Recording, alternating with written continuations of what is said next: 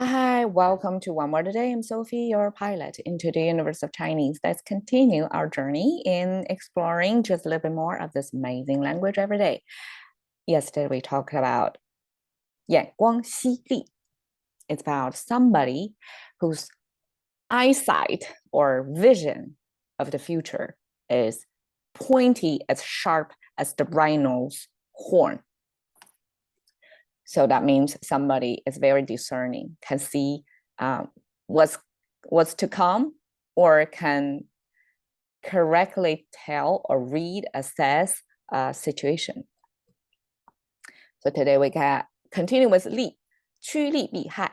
It's a good phrase because it depicts the fundamental mechanism of how humans work in general. Well, big claim, right? But then we have 利 and 害.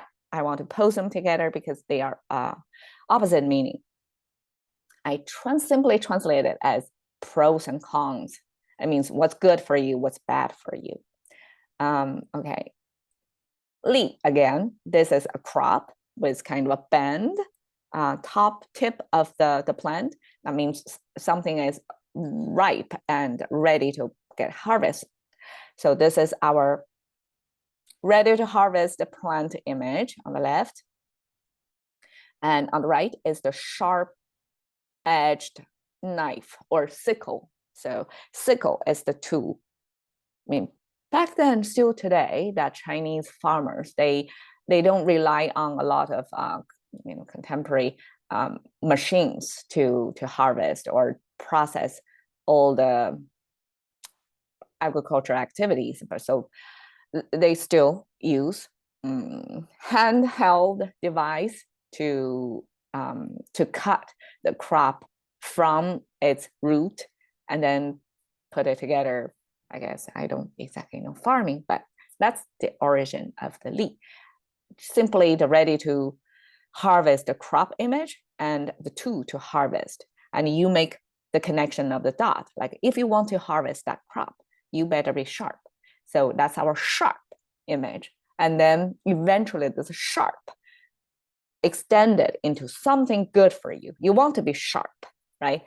And you want to go toward, or you want to choose to work with sharp things.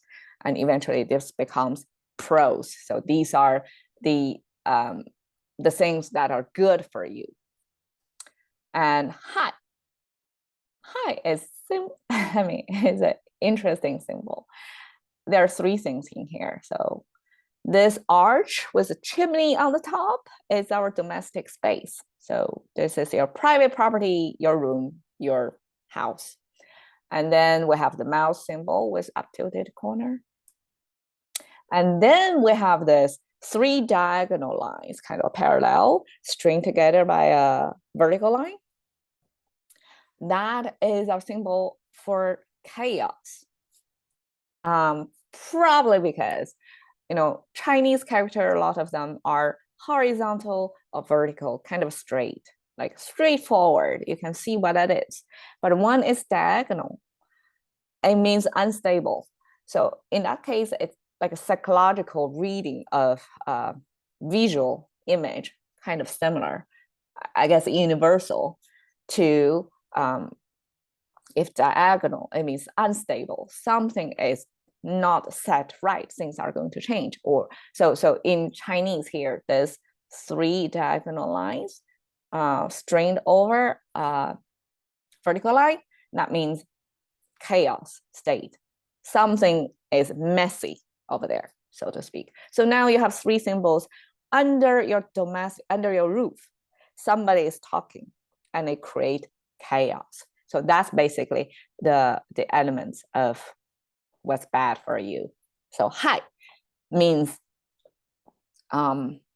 means cons, means something is harmful. And Chinese definition of harmful is not using words right, like you're saying something to create conflict. And that throws things further down into a messy state.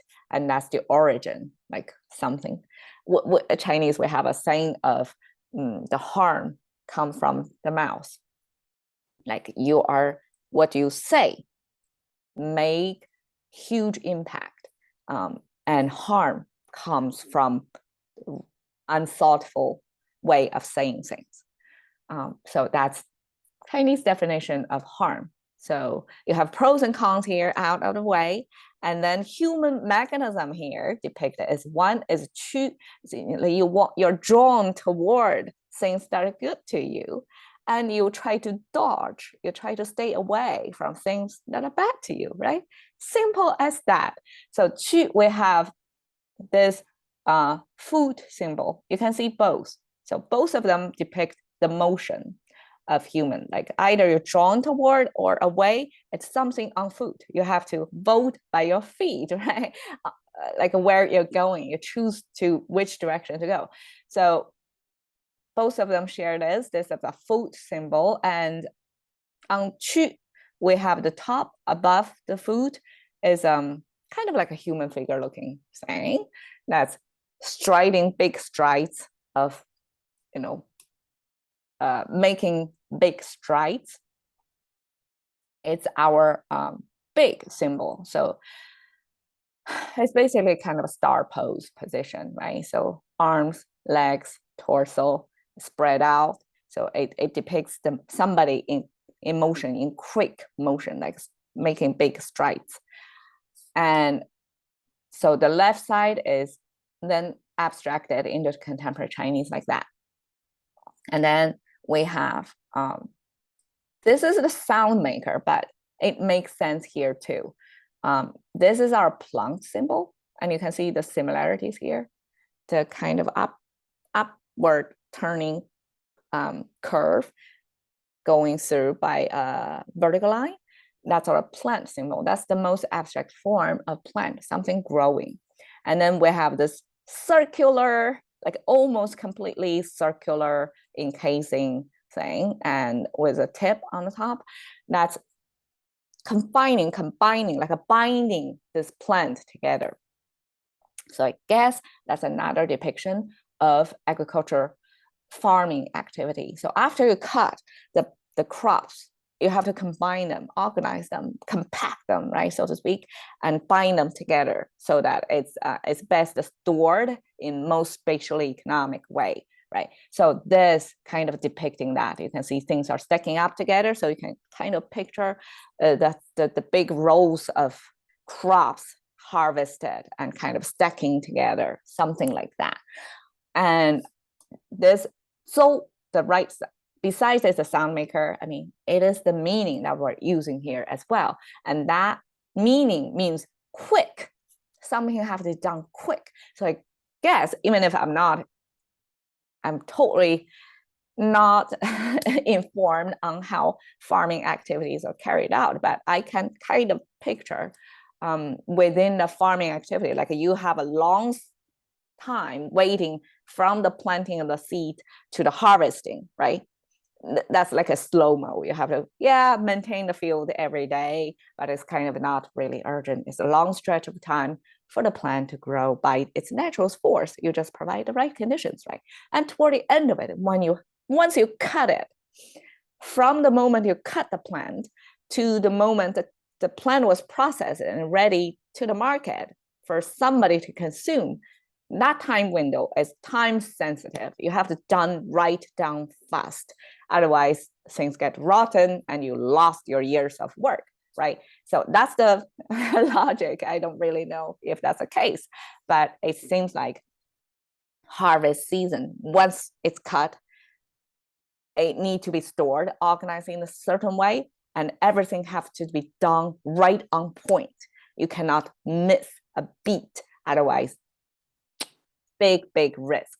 So that's our urgency symbol. So this right side, I mean, now contemporary, it was simplified or abstracted as such, but it came from this character of this wrapped in or bind in unit of crop already cut.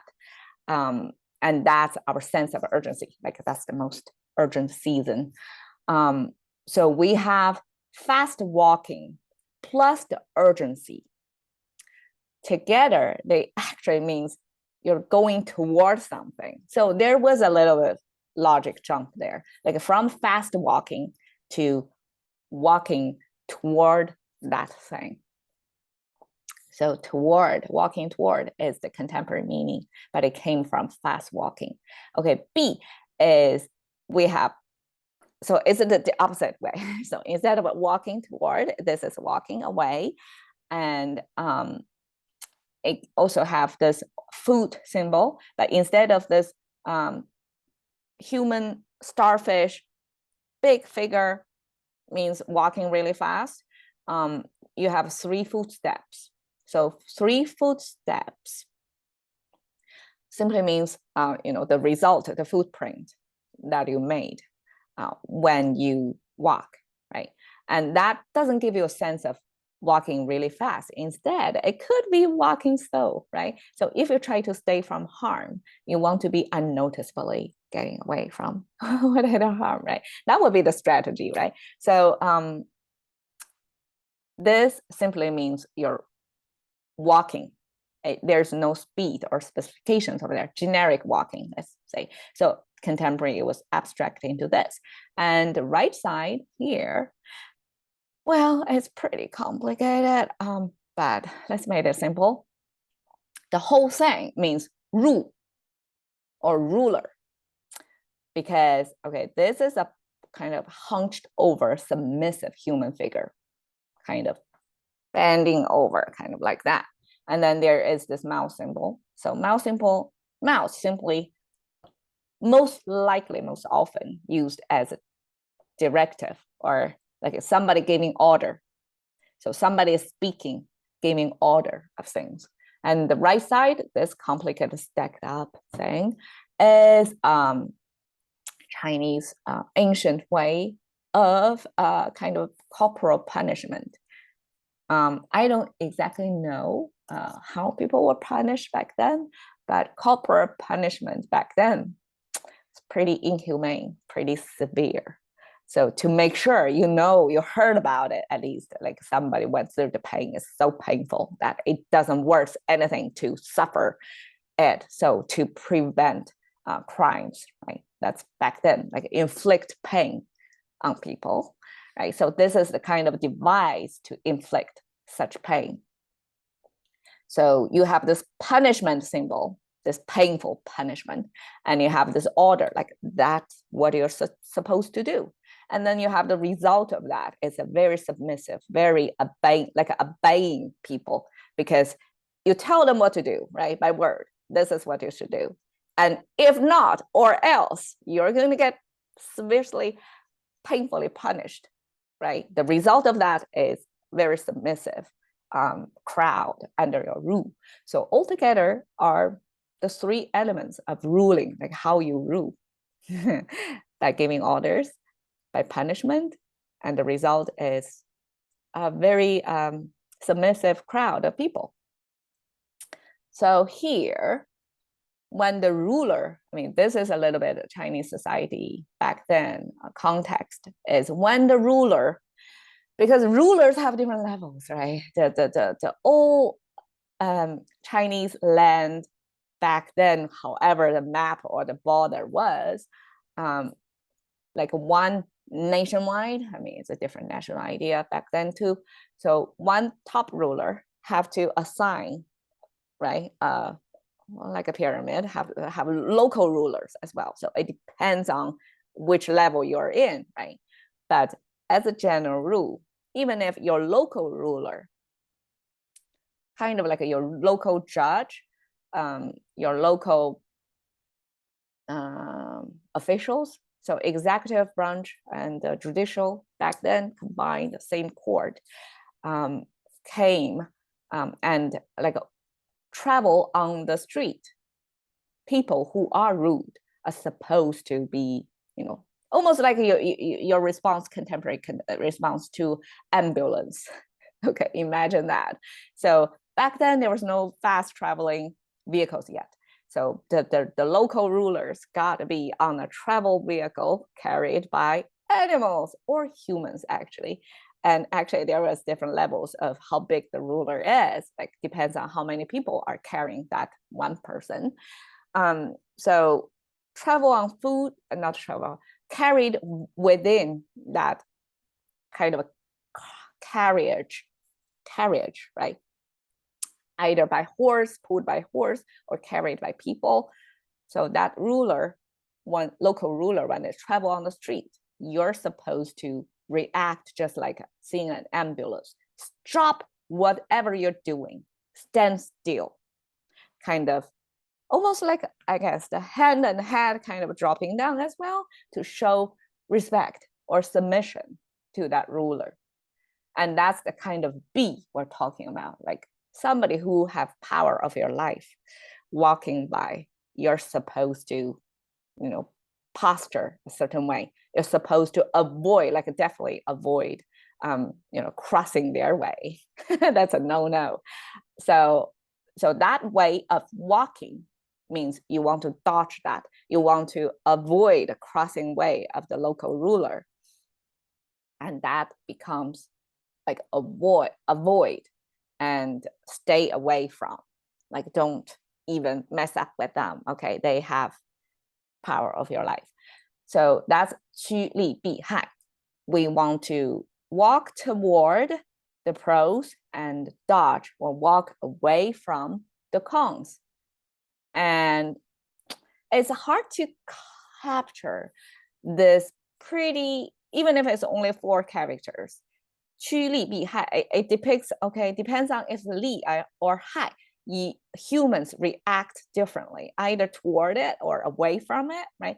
This mechanism of human behavior is hard to depict in an English concept. So I find self-interest. And then I saw this Napoleon's saying, and it's kind of captured exactly what Chinese see in this phrase. So there's 2 livers. One is fear, which is this 害, and self-interest, which is this 利. And this 2 livers, he only put it out there, like either fear or self-interest. But here, Chinese go one step further, just give you the answer to how people should react to that. You want to stay away from your fear or whatever your fear, like you don't want to put yourself in harm's way, so to speak. And then you want to, max out your self-interest. You want to go after it, go get her, right? So that's the concept here. So Chinese, I feel, in the efficiency of space, 4 characters capture the human behavior, the common mechanisms that Napoleon distilled for English speakers. Fear and self-interest, that's exactly what here we're talking about. All right, cashing the currency of thinking about one word a day with Sophie. See you another day.